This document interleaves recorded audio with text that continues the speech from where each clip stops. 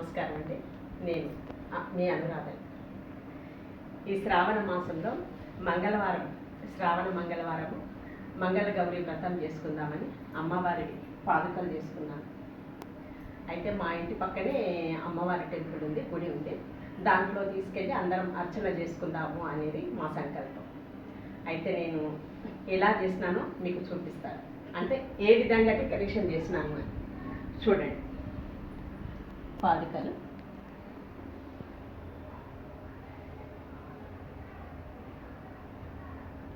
ఇదండి. ఇంకా అమ్మవారికి నాకు ఇష్టంగా నా కోరిక పసుపు కొమ్ముల మాల తీసుకున్నానండి. పసుపు కొమ్ముల మాల, కంకణాలు ఇవన్నీ తీసుకొని ప్రసాదం దద్దోజనం చేసుకున్నాను. వెళ్తున్నానండి.